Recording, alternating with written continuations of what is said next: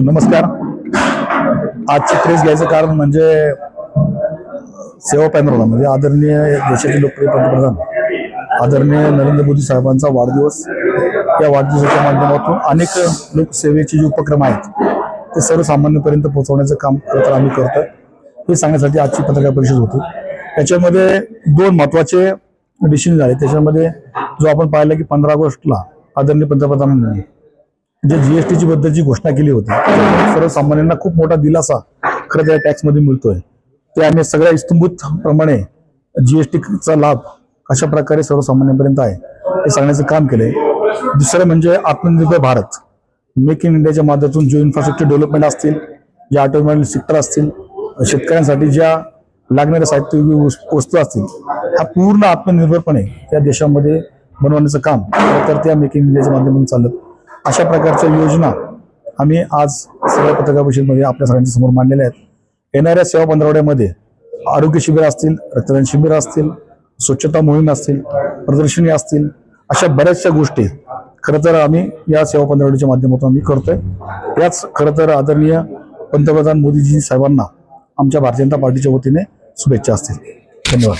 एकंदरीत आपल्याला जम्बो कार्यकारिणी जी आहे ती आपण जाहीर केली आहे. त्याचबरोबर स्थानिक स्वराज्य संस्थेच्या निवडणुका आल्या असतील त्यांची मुलाखती देखील घेण्यात आलेल्या आहेत. तर येणाऱ्या काळामध्ये कसं पाहणार आहे तुम्ही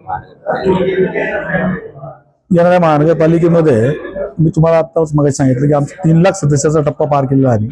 त्यामुळं प्रत्येक प्रभागामध्ये आमच्याकडे सक्षम उमेदवार आहेत.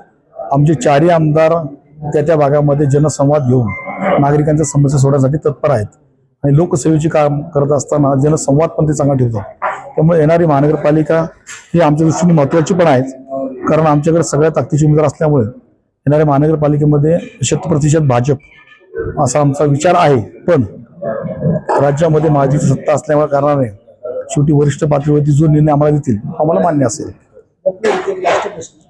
आपल्या प्रभागामध्ये आता इच्छुकांची गर्दी वाढलेली आहे.